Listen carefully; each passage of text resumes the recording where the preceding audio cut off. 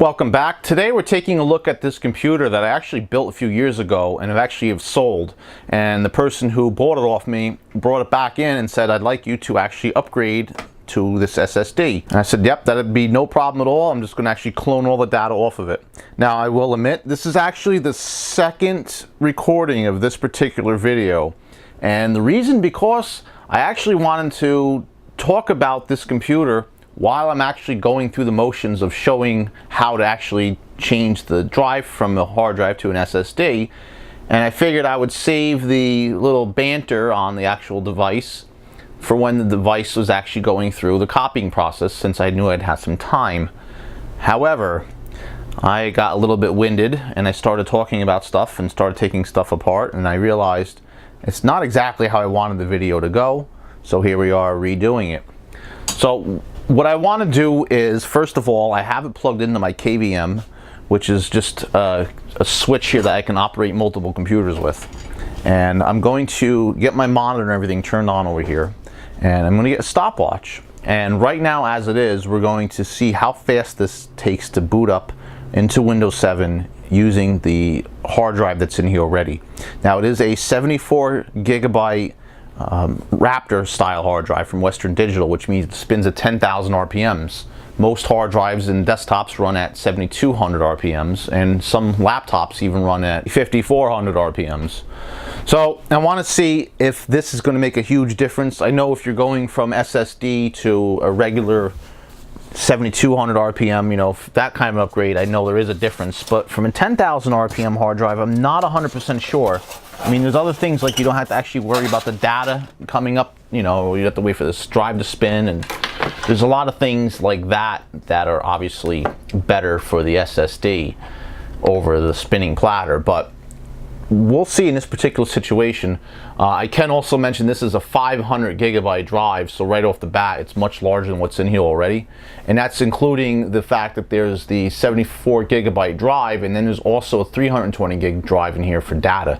So this one drive will definitely fit the bill out of both of those. Okay, let's get this thing started up and see what we got. Alright, everything's hooked up, ready to go. I got a stopwatch here in my hand, and let's see how long this takes right now.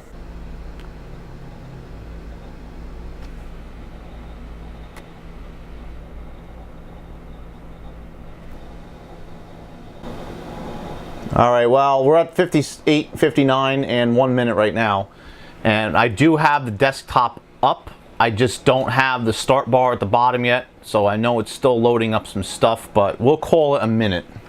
We'll say it's a minute, because you know, you could wait a little bit longer for all this stuff to go. But I don't know if you can hear it or not. That hard drive is just cranking away in there. And well, if you probably can see some of the icons on the desktop here, this is definitely a audio based machine here by far. Now I might not have the start bar and everything up because of screen resolution, or it's just being hidden, yeah. But yeah, a minute to get in here, not overly bad. So while I'm in here, I can go ahead and put the other software that we need, which is actually going to be Samsung's data migration software that you can download off the internet. I've already got that on a USB flash drive, which is right here. And I'm going to put this in the computer, and we're going to get that loaded onto there. That way it makes it a little bit easier. Also, while we're here, we're going to use a program called Crystal Disk Mark, and that's going to actually tell us the speed of the hard drive and everything all as it's set up already. Looking at the numbers, we're going to concentrate on these two top ones up here. So the sequential read speed was 67.35 megabytes a second. The write speed was 68.29 megabytes a second. And the random 4K was 0.865 on the read and 1.228 on the write. Now I wrote those numbers down on a little pad here so we can compare them later on. And I also pulled up the Windows Experience Index to see how this scored. Right now, as it stands, without any further testing, it's a 4.7. Now that number is actually dictated by the lowest scoring number out of everything, which is gaming graphics. The highest scoring thing is the processor at 6.5 and RAM also at 6.5, and that's memory operations per second. Graphics got 5.7, gaming graphics only 4.7, and the primary hard disk 5.9. So when we change this over to the SSD, we'll see what actually increases there. And for ha-has, I'm actually going to go ahead and run the same test on the smaller drive, which is the 2.5-inch Toshiba laptop style hard drive. Smaller in form factor, larger in actual space, since it is a 320 gigabyte drive. But we'll go ahead and see how that compares. I'm pretty sure that's one of the slower RPM'd hard drives out of the lot. Now, surprisingly, those numbers aren't actually too far off. I was expecting this to be in the 50s maybe, but not 63, compared to the other one was only 67. So that's kind of suspect there. I have to see what kind of ports this thing actually has in it. The new drive is rated for SATA 3, but I'm not sure if this is actually SATA 3 compatible motherboard or not. And by the way, that is a 5400 RPM drive. And this does indeed only have SATA 2 ports on it. I'll read off some of the quick specs here that I could find on this thing real quick. It does support a front side bus of 800, 1066, or 1333, and RAM, it can support dual channel DDR2, 667, or 800 megahertz. And I mentioned up to 8 gigabytes max. That is indeed what we have in here. I'm just not 100% sure what speed it's running at currently. I do know it's the Core 2 Duo 8600 at 3.34 gigahertz.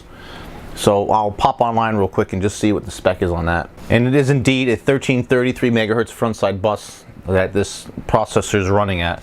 So yeah, we are pretty much tapped out at the maximum we can go with this thing. Other than maybe a better graphics card, but I don't really see any point in putting that in. It is running a GeForce 6800 in a PCI Express. So yeah, you definitely could go bigger, but judging by the size of the case and whatnot, I don't think it'll physically fit. It may. We'll look at that in video number 2 on this particular machine. So now the important thing is to actually start cloning everything over. So I'm going to go ahead and get the data migration tool set up on this machine from Samsung. And this is where I'm going to leave off for now. I'm actually going to shut this computer down so we can actually physically install the new hard drive and do all the other fun stuff. Make sure it works in BIOS, the whole 9 yards. So I'll go ahead and do that. Now if I want, I can actually see how long this takes to shut down too, because that's an important benchmark. Now it's about 17 seconds for the computer to shut down, which I thought was pretty good, all things considered. So let's just pop this guy out of the box real quick here and take a look at it. Now this is going to be the exact same size as a laptop hard drive. In fact, it's much thinner. It weighs nothing. I mean, it's very, very light. Just a standard SATA power and data connection on the back side of it. Nothing too particular to look at or figure out on this. It's just a box of memory, pretty much. It does come with actual software here, it looks like. I didn't open this up to begin with because, you know, nowadays I just download everything onto a flash drive anyway, but there should be maybe a CD-ROM in here. Yeah, one-stop navigator manual software. I'm going to go with what I have here because I already went on Samsung's website, as I mentioned, and downloaded everything to that, you know, USB stick that's right there. So now we got to get this thing in the case.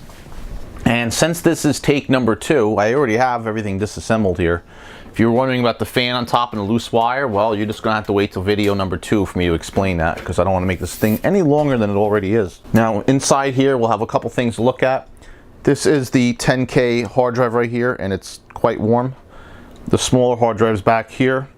There is only 2 SATA power connections on this motherboard. One of them goes to this drive, the other one goes to the other drive here for the CD-ROM. The 10K drive here actually uses the standard IDE power connector, which is why you'll notice that's got the blank spot over here where there isn't currently a power connector. And since we're cloning this drive, I don't necessarily need the other one connected, but what I can tell you, when I set this up, I have the movies and musics and pictures and documents, and I have all those little subfolders set up on the smaller drive here to not take up room on the bigger one. And while that's good in a situation where you do have an SSD, simply because you don't want to put a lot of writes to that drive, they are limited by the amount of times you can write to them, not read. So theoretically, your SSD can get to the end of life where you can't write any more data to it, but you can still always read from it. So you should technically never really lose your data on an SSD.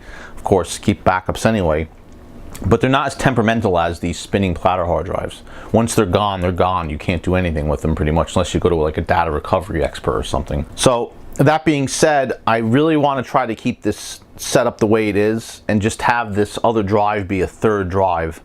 So that means for now we're just going to actually disable this CD-ROM drive. We don't need it for anything at all we're doing right now, especially since everything is on a USB stick. So what I'm actually physically going to do is just disconnect the power and the data cables from the back of this, and I'm going to plug them directly into this small drive up here, and that's it. And we're just going to leave that right up on top here. Now I know he wanted to keep that hard drive in here, but as it is right now, I'll either need to buy a splitter to split one of these SATA power connections into two so we can still have the CD-ROM and everything plugged in with this new hard drive. But everything else is just going to stay as it is, and we're going to just readjust the camera here, and we're going to actually boot this into BIOS because I want to make sure this is readable. Now looking here under the main configuration screen, I'll back up that and show you. There's the IDE configuration. If we go into that, we can actually see port 0, port 1, and port 2. Now port 0, interestingly enough, is that original old Western Digital Raptor hard drive, but you can see it's only generation 1, so that'd be SATA 1. It only can transmit at 1.5 gigabits a second. The other two drives in there are actually SATA 2 drives, so you know, that's our bottleneck right there. That's why the actual Raptor drive had a very similar read and write speed to the 5400 RPM drive. You figure it's spinning at twice the speed, but it only has half the bus speed that it can communicate back to the computer with. So that's definitely an important thing to look at. But we can, however, go into the bottom one here to SATA 3 and see that it's the Samsung SSD 8500 EVO 500 gigabyte drive, and so on and so forth. But you can actually notice that that's actually coming up as a generation 2 as well. And there's nothing we can do around that. It is what it is. Perhaps if he put an off-board hard drive controller in the last PCI slot in here, that may speed up things a little bit more. But I understand a lot of times when it comes to booting your computer off of those actual cards, it makes life a lot harder sometimes, if you can even get it to boot at all.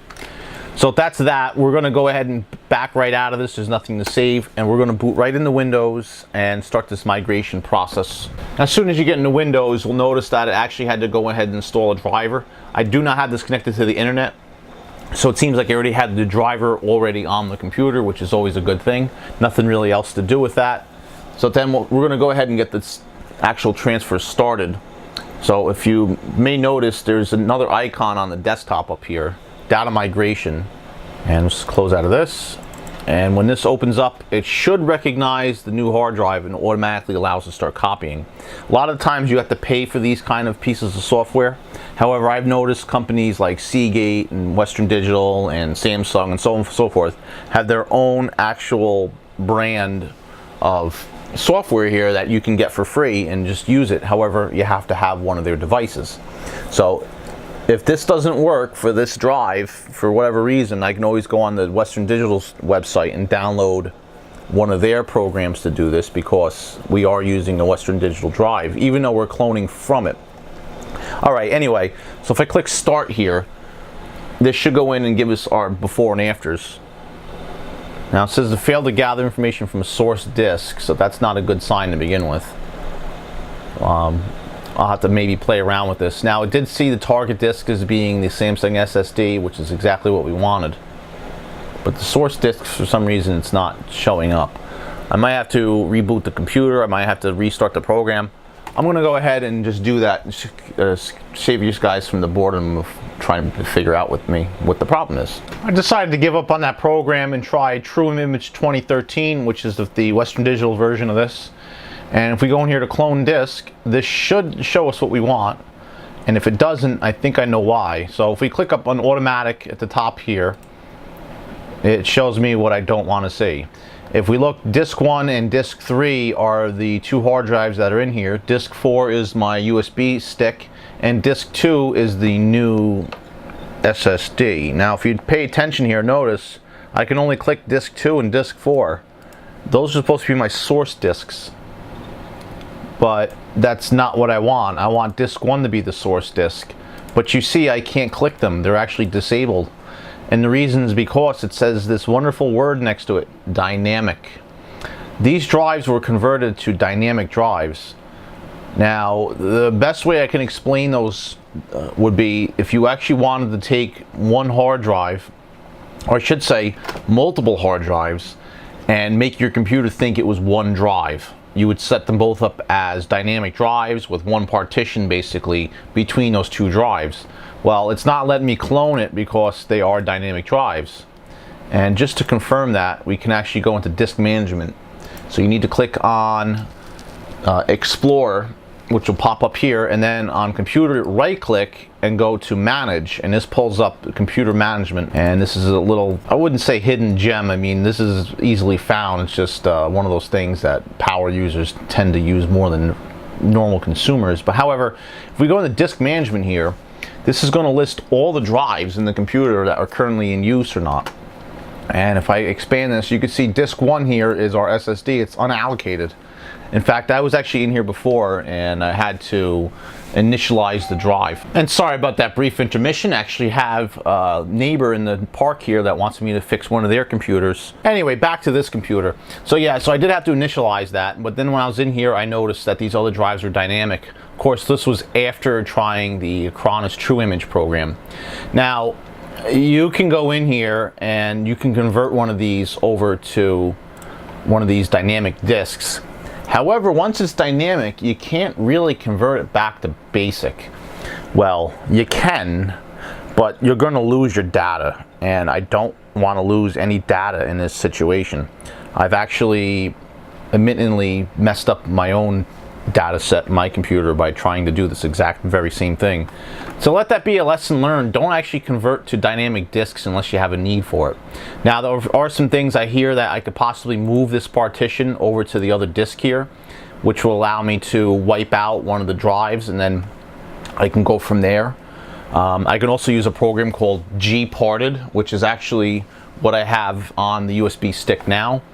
So I'm going to try that. I don't have experience with that. I understand it's a Linux-based system, so I might either have to boot directly off the drive here for it to work, or we're going to have to try another method.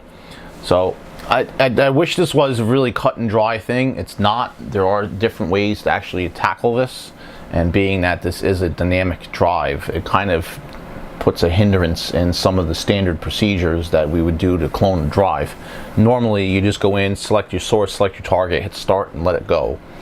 This time it's going to be a little bit more complicated. I mean, worst case scenario, if I do actually have to manually move stuff over, I can do that. But when it comes to the boot sector and all the different parts of the hard drive that actually make the thing operate, you may or may not get everything. So if you're thinking you can just go into Explorer here and just right click drive C and then copy it and paste it onto the other drive, that won't work. There won't be files copied that you need. So we'll have to explore it around a little bit and figure out what the best course of action is actually going to be to tackle this situation. Alright, well here we are back in BIOS because we have to actually tell the computer to boot off of the USB stick as opposed to the actual hard drives in the computer. So if I just back out of here, we have the main screen, and I can go over to boot, and boot disk priority is the top item here, and then we can go to hard disk drives. We want that option because that's what's going to allow us to take this USB SanDisk Ultra and move it up. And if we click plus here, we should actually be able to move that up to the top. So it's going to try to boot off that one first, and then it will boot off the Western Digital drive, the Toshiba, followed by the Samsung. So there's no operating system on the first, it'll go to the second. And we're just going to escape out of here. Just make sure we have the boot disk priority set right, which we do. And I'm going to hit exit. And it's going to save the settings here. Now, hopefully this works. I used a program called Rufus on my computer to actually turn this file into a bootable image. So yeah, alright, it looks like it is working. We're in the actual program we want. And gparted, by the way, stands for GNOME Partition Editor.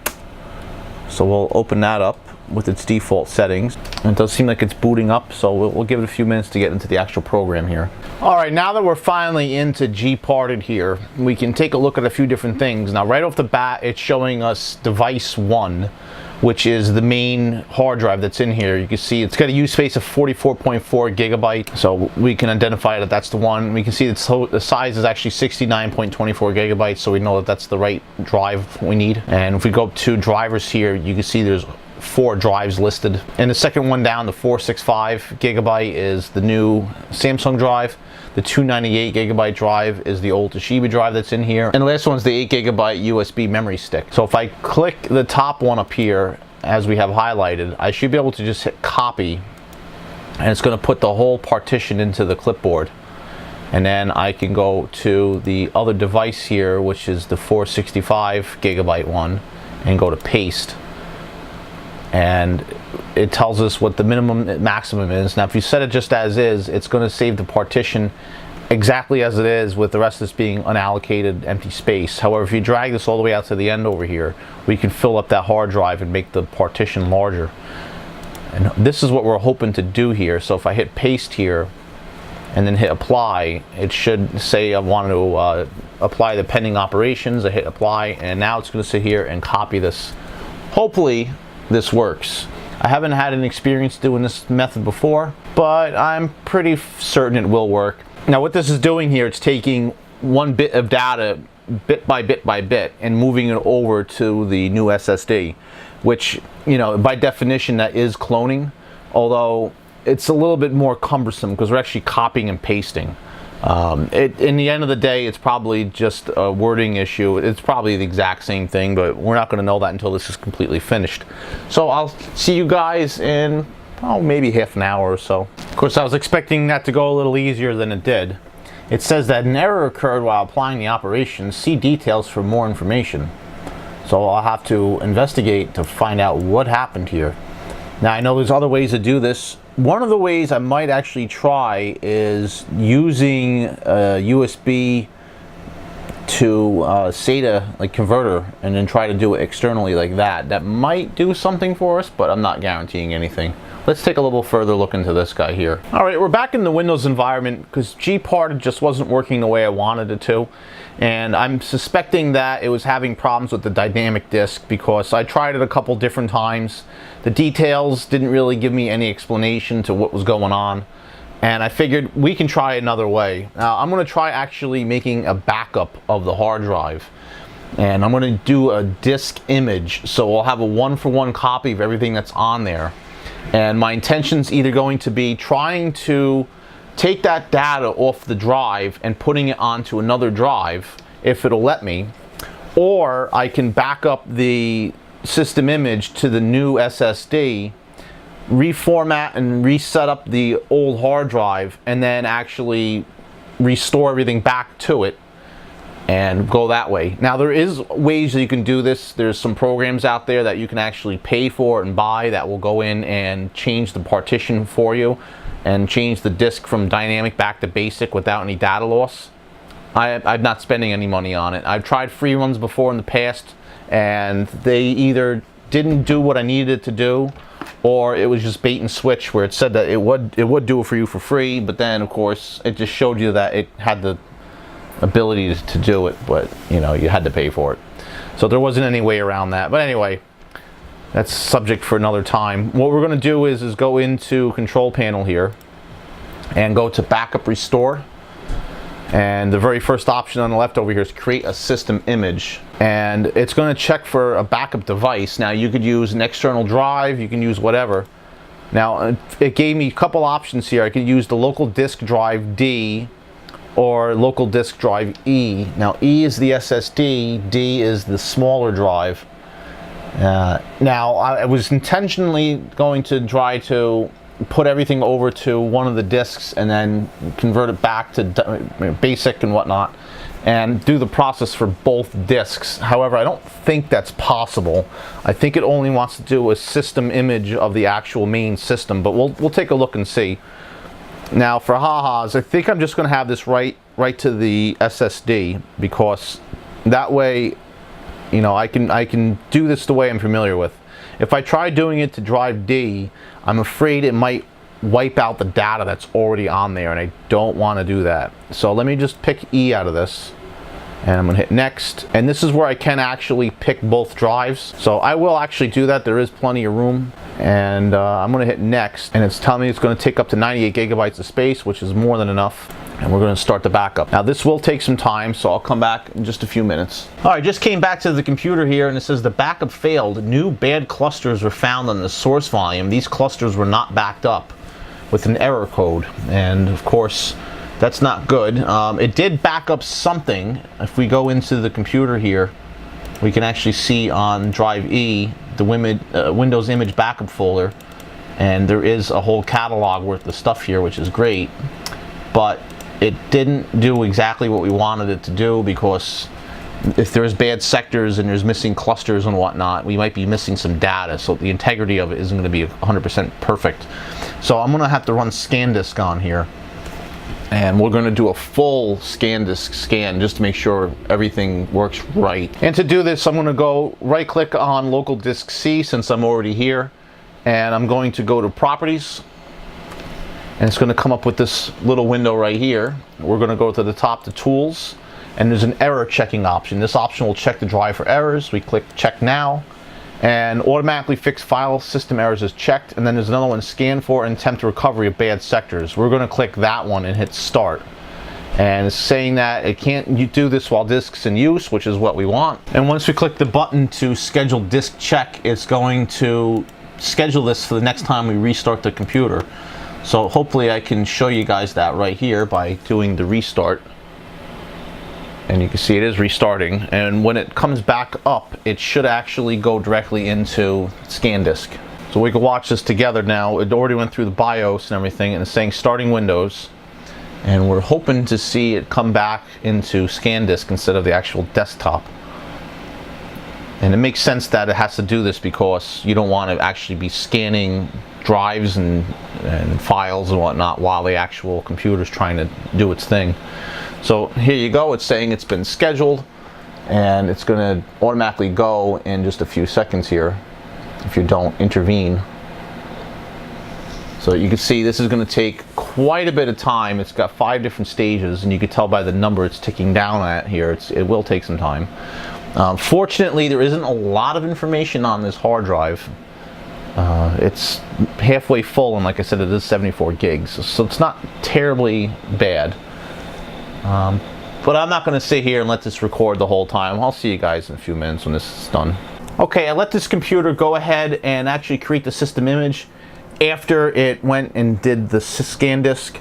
Unfortunately, when it was done with ScanDisk, it went right into Windows, so I couldn't see how many errors it possibly had, but it did seem like it corrected them because it did actually completely write the system disk image here without any issues, as you can see. In fact, there was another message that popped up before this. They asked me if I wanted to create a startup disk. I chose not to do that. Perhaps I might, though, because that would actually help getting this computer reset back up again, but I'd have to do it on a USB stick since we don't have the DVD drive set up on this particular computer. The other thing I was thinking, I do actually have to be in Windows to do the restore. So just because I have a backup of everything here doesn't necessarily mean it's going to do me any good.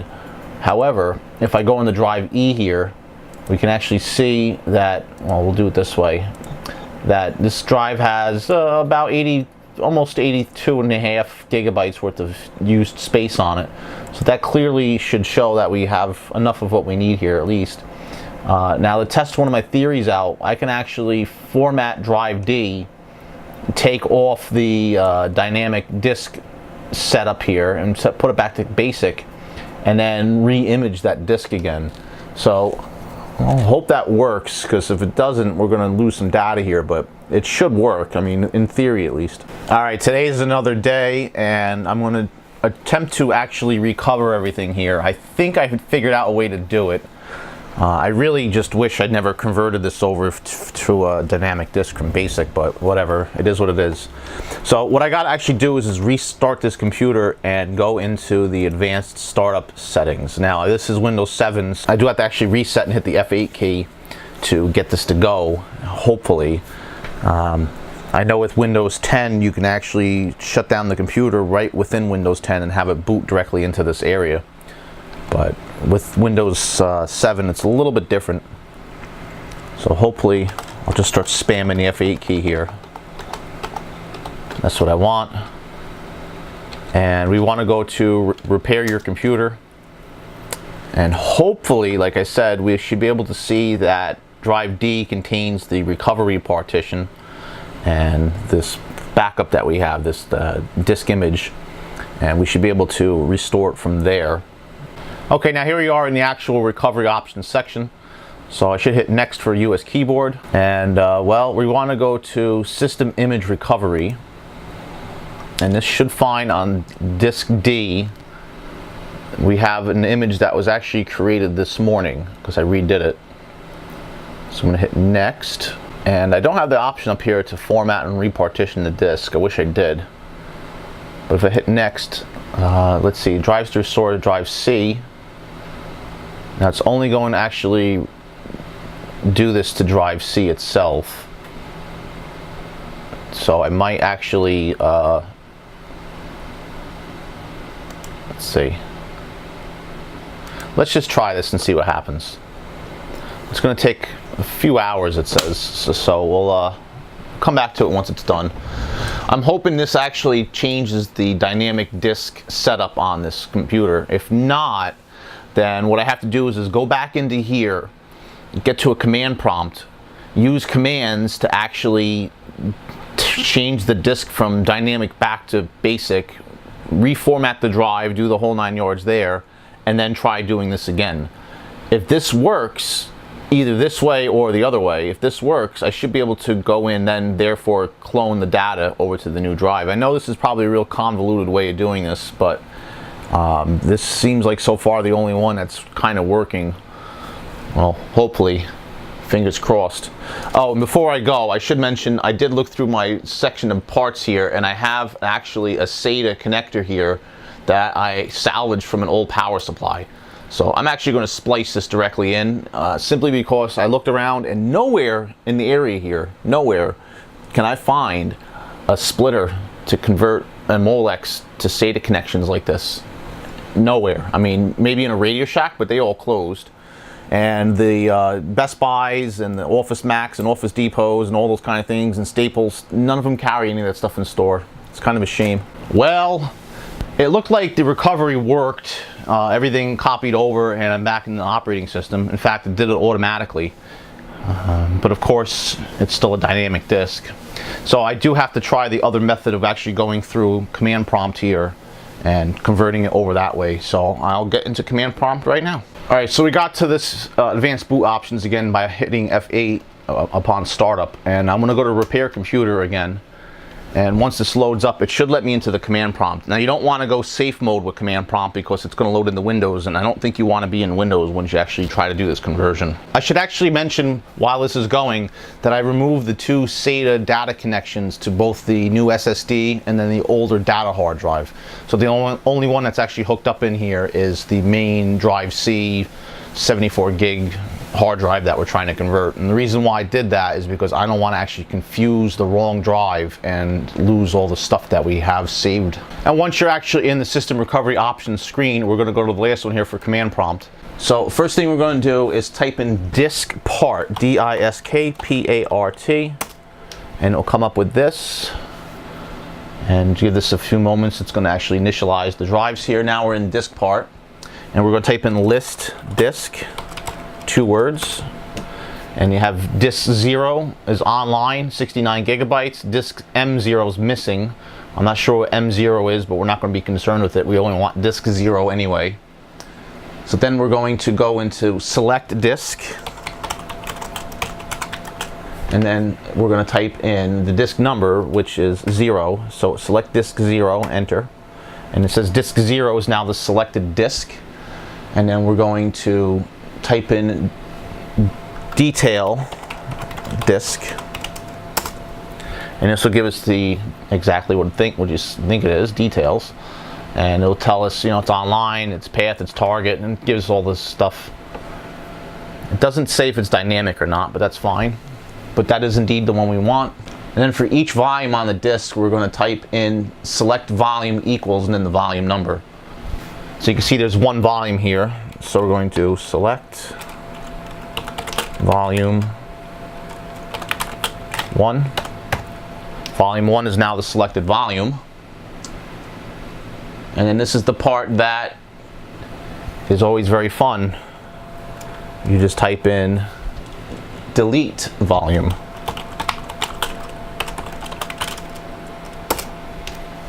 Now it's successfully deleted the volume. Then we can go to select disk 0 again. And now we're back to the selected disk. And now we're going to type in convert basic. And hit enter. Now this will go do its thing. It says it's successfully converted the disk to basic format. And I think I can just type exit, leaving disk part. Now we're back into regular command prompt. So I should be able to go to the C prompt here. And it says it can't find that specified drive, which is fine. So now I got to close out of this. I'm going to shut down the computer, reattach the old data hard drive that has the backup on it, and I'm going to get right back into the recovery options screen that we were in. And of course, rookie mistake, you can't actually load into the recovery options screen if you don't have a recovery partition on the hard drive. So I do actually have to reconnect the DVD drive that's in this. Using my computer, I have to create a recovery media disk. I'm sure there's a way I could do it through USB. I'll try that as well, but I got to actually boot the computer off that recovery disk to get this thing to work. All right, we're back at this again. This time I took my USB stick and loaded the Windows 7 Pro 64-bit installation files onto it using Rufus, and we're actually loading that up right now. Now this should let me into the recovery section here where I could use that backup that we made to re-image the hard drive, hopefully. I haven't actually done this particular method before. I can go and get just the actual recovery disk, if you will, but I think the installation has that built in to it, and it was just easier to get that because, well, frankly, I already had it on my computer. So we'll see what happens once this loads up momentarily. All right, we finally have everything loaded up that we want here. So I'm just going to click next on this, and I should be able to go to repair your computer. And then if I'm in here, I can click on restore your computer using the system image that you created earlier. And this is going to search those hard drives, and I can select an image on local disk D, and drive and backup is drive C. All right, well, I guess we can't do it this way after all, because now it's telling me that the system image is from a dynamic disk. To restore the image, the layer has to be matched, so I have to actually convert this back to a dynamic disk. Boy, this ain't easy, I tell you. I've converted multiple hard drives in my life from one thing to another, and cloning usually goes very simply, and for some reason this is just eluding me this time. So we'll play their game. We'll see what we can do here. Let's see if I can find another method to get this to go. All right, here's a little progress report. So I went into the command prompt and I tried using disk part like we did earlier to try to convert the older hard drive back to dynamic. That worked. Then I decided, well, let's try converting the SSD to dynamic. That didn't work. I got an error saying that there wasn't enough room, and it was a virtual hard disk error that was causing that. Well, I ended up just using disk part to actually delete the volume, went back in there, reselected the disk, and converted it, and worked fine that way. So now I'm thinking, maybe if I actually disconnect the SSD and disconnect the hard drive in here and swap the two, so that the main hard drive is no longer connected to the system, but the SSD is, there's a good way that I can do the system recovery once again and actually have it initialized to the correct disk. So let's go ahead and give that a shot. All right, time for yet another attempt. Let's see where this gets us. Hopefully what I want, because other than this, I'm running out of options here. Well, now it's not even showing me the image. All right, let's see what else we can come up with here. All right, I have a theory that I needed to have the old hard drive and the data hard drives both connected, since they are dynamic disks, and it probably isn't giving me the recovery option here because it's not seeing it, because it doesn't have both disks installed. Because don't forget, a dynamic disk means it's spanned across multiple disks, not just one disk. Even though the physical volume was on each disk, the computer can't see the volumes without both disks installed. At least that's what I believe.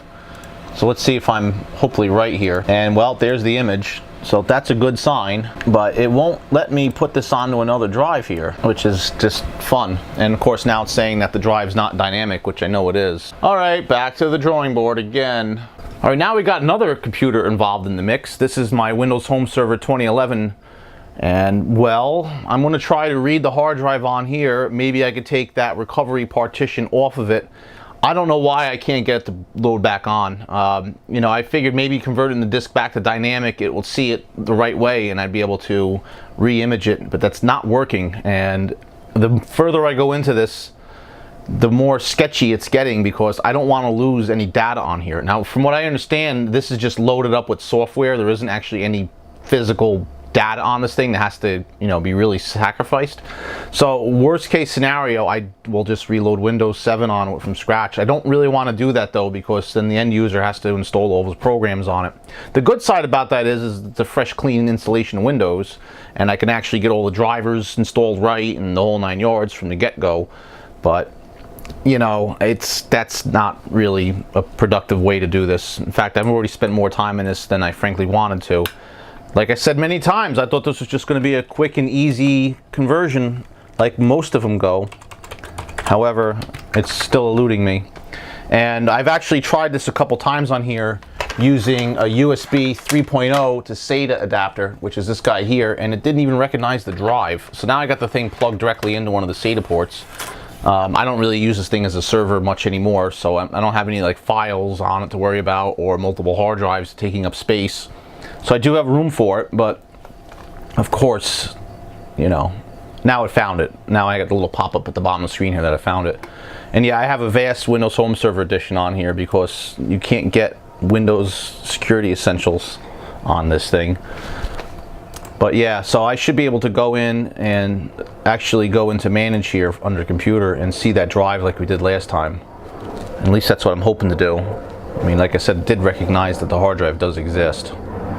But again, maybe because it's a dynamic system, yeah, see it's coming up as a foreign drive, and I can import it, I can also convert it. I don't want to convert it though, so let's see if we can try importing it, and hopefully that will populate here. Yeah, okay, so it did populate, and it did show as a simple volume, of course that being a dynamic disk like it was earlier. Now I can go in here and see all this stuff, and everything is here, including that Windows image backup, so that's a good sign. But now I'm not really sure what to do. From what I understand, the Windows system image backup here actually has a virtual hard drive. You just have to rename one of these files here to get this to work. So I've done this before with another device. It's probably this one up here. And yeah, it is a VHD file. So if I can actually mount this in a virtual system, I can see the contents of it and read it just like a hard drive. Perhaps there's a way I can image it that way. I'm thinking maybe converting it to an ISO file, like actually extracting all this stuff to the hard drive here, converting it into an ISO file, and then use the ISO file to burn it back to the disk. That's a way to do it I know of. I use ISO files to take DVDs and put them into a file, and then from the file back to a DVD or USB stick. So it should, in theory, work the same way, but I have to actually put this down for a little bit. And actually, I was intending on having all this done and edited and uploaded for my Thursday night video, which today is now Thursday. And yeah, that's not going to happen now. So I'll have to apologize and say, you know, this video isn't going to be up when I want it to. But now that means I don't have another video for tonight to put up. So such is life. Well, to add more to the story, there is a program called VHD to Disk. This is actually written by somebody in the Microsoft group. And well, we're going to use that to take the VHD, which is a virtual hard disk file, and write that block to block to the SSD. So I have the 320 gigabyte drive hooked up to this computer with the actual file on it. And I just took my USB 3.0 adapter and hooked the SSD to that and plugged it into the same computer here. And I'm using this program to write block for block. And it does seem like it's working. Now the only thing is it's not a boot drive. There's actually another part of the partition that gets the boot options on there. So I might have to actually rebuild the boot sector of this hard drive. That shouldn't be terribly hard to do. I believe Microsoft will do that automatically once it figures out what's going on with this drive. And so far it's copying over to a basic disk, which is what I want. And the important part to note about this, you can't actually write to a disk that's mounted. So when I initialized the SSD, I went in and gave it a drive letter and all the other stuff, made it an active partition. I had to undo that because it wouldn't write to it because it sees that Windows can see it. So this has to be a completely blank drive. So all you have to do is just delete the volume, pretty simple. And there's no worry about data issues because there's nothing on it. But it's writing, like I said, block by block. It's doing it in groups of 100, it looks like. So I'm up to 7,500 blocks out of 35,453. So there's quite a bit to get to. It's going to take maybe an hour or so. Of course, by this time of the night, I'm already past the point I wanted to have this video uploaded for Thursday. So we'll get this up whenever it gets done. But man, I tell you, this thing has really eluded me. It's been a lot of fun, and I use the word fun loosely, trying to figure this out. I really do wish, and I said it before, I really do wish I can go back in time and not set this to dynamic.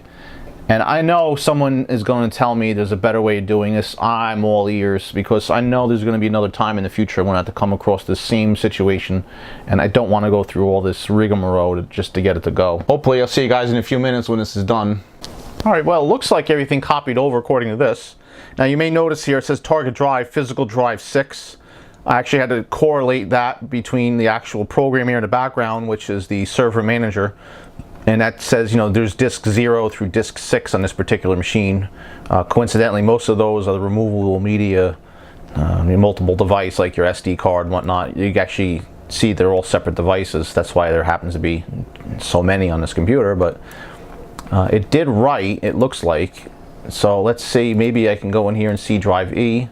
Well, actually, I had to reboot the computer because it was showing that the drive number 6 didn't have any volume to it or anything, and I couldn't actually open it.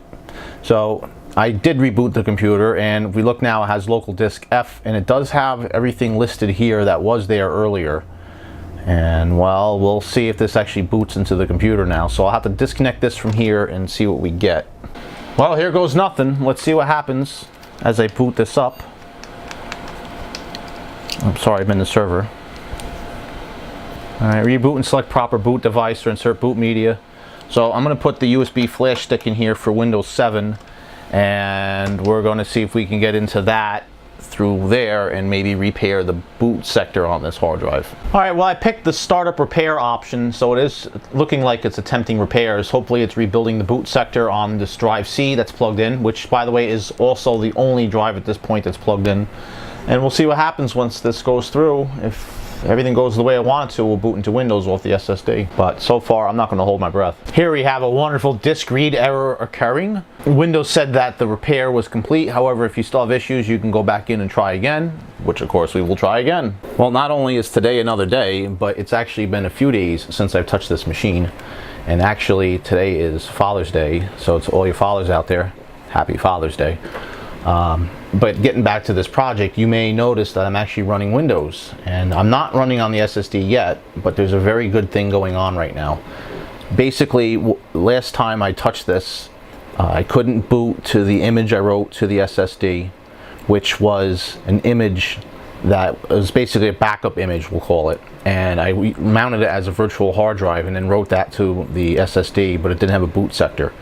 In the meanwhile, the main hard drive, the original one that was running Windows in this machine, I changed from dynamic back to basic. And when you do that, you lose access to it, and I couldn't boot to it.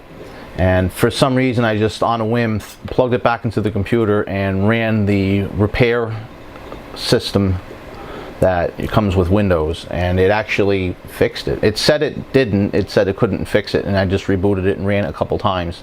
And for some reason, it did. Now, the good thing is, if you look at the bottom here, you can see drive C has a nice blue bar at the top. It's a basic disk now. It's not dynamic. So I'm thinking now I should be able to actually get this cloned using any software I want, preferably like True Image or Toshiba's software. because that's our problem. We were running into it not being able to go because it was dynamic. I'm thinking we should try it again because it should work. So it's going to be interesting to find out. Now, right now, I don't know if you can hear or not, but the hard drive is cranking away. It's because I actually have this plugged in and I had to do updates all day while I was out. And it's got 192 updates to do, and it's up to 44. So I'm going to actually let it do all that, and I'll probably run CCleaner and a bunch of different things before I actually clone everything over. And well, I guess I'll see you guys when that is done, and hopefully we have something. Well, it's now Monday, and I decided to actually do all the Windows updates on this thing since it was plugged into the internet and running all day. And there was actually 192 updates to do. And I realized that this actually hasn't had anything done to it in 2 years because it hasn't been plugged into the internet in 2 years. So I went ahead and did everything, ran CCleaner a couple times just to make sure all that stuff that was updated was cleaned up when it was done and whatnot. Just so when we were ready to clone it, it would go smoothly. And well, I think we can do that. And I was actually going to do that before I came back to the camera, but I decided I'm actually going to do it and show you guys what I was trying to have happen. So I put the data migration tool from Samsung back on here, hoping that that's going to work.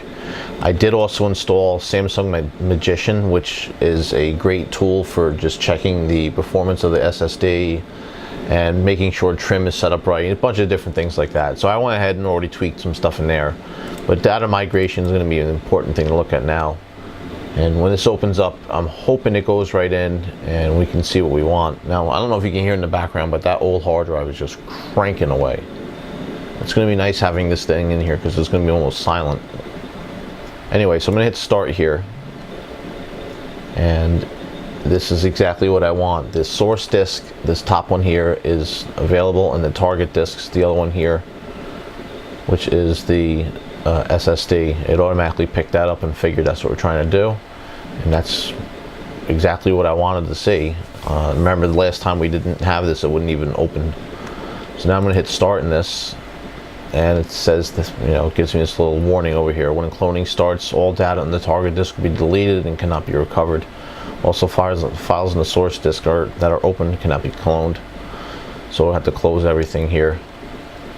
And I'm going to go ahead and do that and hit yes, and we'll see you guys in just a second. Alright, I went ahead and did that and hit yes, so you can see now it's actually starting to do its thing. Now some programs will actually you know, go and actually reboot the computer into a third-party program and continue that way. So we'll see how this gets along. Now once it's done, I should just be able to power off the computer and just disconnect the main hard drive here. Maybe even swap the SATA cables around so it's at disk 0 and set that to be the boot drive and BIOS, and it should go right into Windows. So hopefully that's what will happen next time I come back to you guys. We'll see. And there's a message we've been looking for a long time. Alright, as you can see, I got Crystal Disk Mark ran because I decided to do that after I got this SSD installed. And as you can probably guess by now, it is actually running, and it's so nice not hearing that old hard drive cranking anymore. That thing was bad. This computer's, like I said, is much quieter now. I wouldn't say silent, but it's pretty close to it. But you can see we have a huge jump in our last numbers. I'll remind you, it was 67.35 sequential read on the old hard drive, and the Toshiba drive that's in here was 63.68. This is 263.6. So it's 200 megabytes faster than the Toshiba drive, which is just a little faster than what we were using before, obviously. And I used little in the lightest terms. And yeah, the 4K was 39.46. The original one on that was 0.865. So it's amazing how much quicker this is. Even the write was 101.6 here, and on the original drive it was 1.228. Amazing. And if you're wondering, before it took us about a minute from cold start into Windows 7, and it was 37 seconds after the SSD, and it took us before about 17 seconds to shut down. Now it's taking us about 8. So we've almost cut everything down in half, which is pretty good. Now there are some things left to do. There are some little tweaks, and I actually have to put the SSD in the case and modify the power supply to have a third SATA power plug. Anyway guys, I want to thank you for watching, and we'll see you in the next video.